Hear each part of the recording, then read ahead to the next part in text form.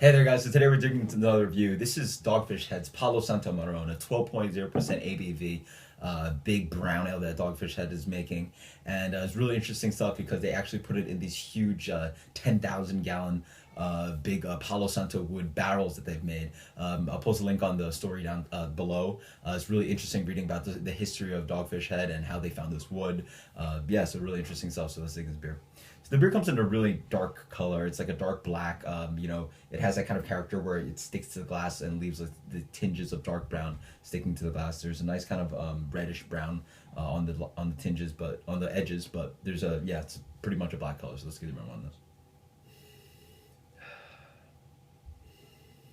There's a really nice kind of beautiful amalgamation of aromas in this.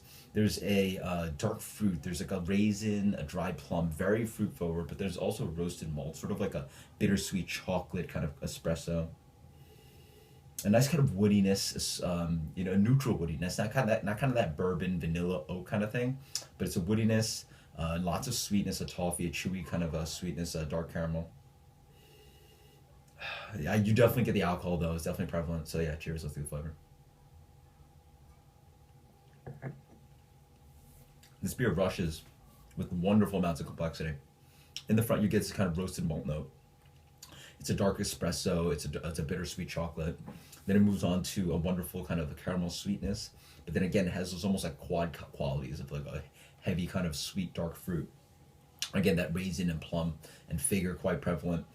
Then it dries off quite aggressively. There's a big kind of note on that back end, which is sort of this bitterness from the roasted malt.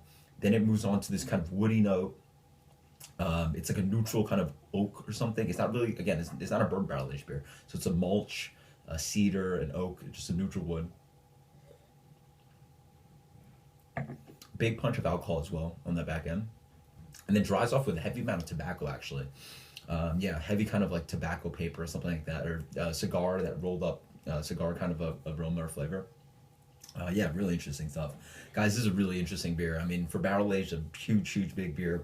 For beer that's so prevalent, I really think is highly underrated. I'm gonna give this beer a 95. I think it's really just one of the best out there. People go crazy trying to find KBS and all these crazy beers. This is actually, I think, one of the best beers you can actually find on the shelf. And I'm sure with age, this beer does wonderfully because I think the biggest detractor of this beer is actually the heavy amounts of alcohol in that finish. Sort of pulls away from the interesting complexity slightly, but still, it's still really complex. It's really wonderful beer, great sipper. So until next time, guys, I highly recommend this one. So until next time, guys, cheers.